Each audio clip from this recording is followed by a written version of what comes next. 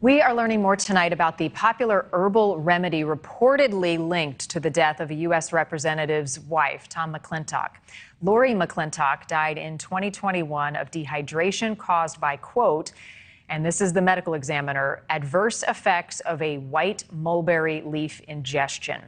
White mulberry leaves are generally considered safe and are used to treat a variety of ailments, diabetes, obesity, high cholesterol, to name a few. But some say McClintock's death underscores the risk of the booming market of dietary supplements and herbal remedies, a $54 billion industry in the U.S., and also raising questions over whether the U.S. government, the feds, are doing enough to regulate supplements. Dr. Anthony Harris is CEO and medical director at HFit Health, here to help us better understand supplements and what we need to be doing if we're taking them. Doctor, appreciate your time tonight. I do want to point out that there is debate over whether or not this white mulberry leaf had anything to do with her death. A leaf was found in her system, but she died of dehydration.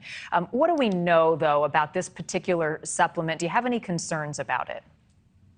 Sure. Well, thank you, Marnie, for having me on. And this supplement, the white mulberry leaf, is something that's been around for a decade or so, right? And it's taken in several forms, either a pill, a capsule, powder, some ingested with a tea. The leaves are made into a tea. And certainly in this case, that may be what McClintock consumed, as there were partial, the report says there were partial clips of the leaf in her digestive system on the autopsy. And what we know about this supplement is that it is a category that's not regulated like a traditional drug, right? It's seen as a food by the FDA, as are many of these, all of the category of supplements. But we know that for the most part, it's probably safe for the majority of people. And that's why FDA regulates these categories of supplements the way they do, as a food rather than a drug. But we also know that this supplement is known to cause side effects of bloating, gas, diarrhea, loose stools, right? And certainly it may be, possible that, again, someone who has loose stools may be losing too much water and too much fluid. And if you are not careful, you can become dehydrated. So that's not to suggest that what has happened in this case, but it is possible. This, whether it's the white mulberry leaf or some other supplement, 80% of Americans essentially take some sort of supplement as part of their daily routine. What are some of the biggest mistakes that you see people making when taking a supplement, whether it is mixing with meds, taking too much? Go down the list of things that people need to be careful of.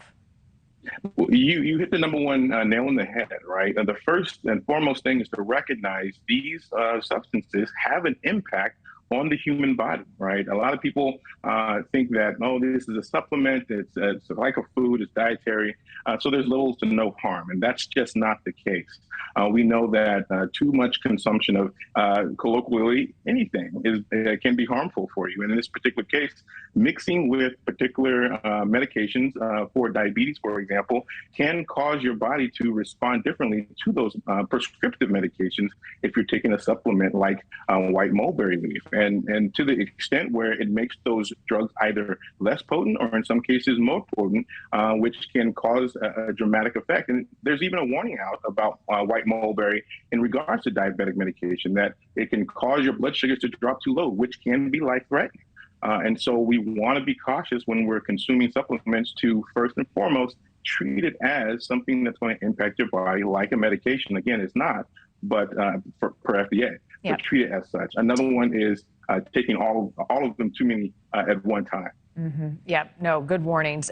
Before I let you go, I spent a lot of time today on the FDA's website. They actually do a really good job laying out the main questions that people would have about supplements, many of the things that you're addressing. But do you think that there's a need for more oversight federally on supplements? Because right now, many of these supplements sort of fall under the food category, right? They're not medicinal. They're not under the drug category.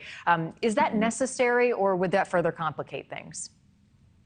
It may further complicate things. If you go back to the original language of the Dietary Supplement Health and Education Act of 1994, the 103rd Congress felt with that language that supplements were going to be a huge benefit to the American population. At that point, it was about 4,000 products on the market. It was a $4 billion industry. Like you mentioned, it's a $54 billion industry now.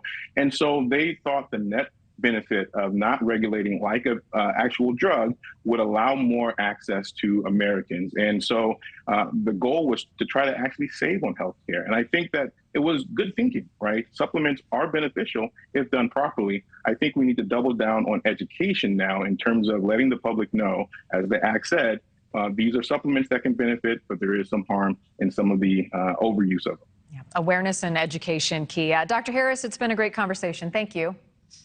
Thank you. Appreciate it, Marnie.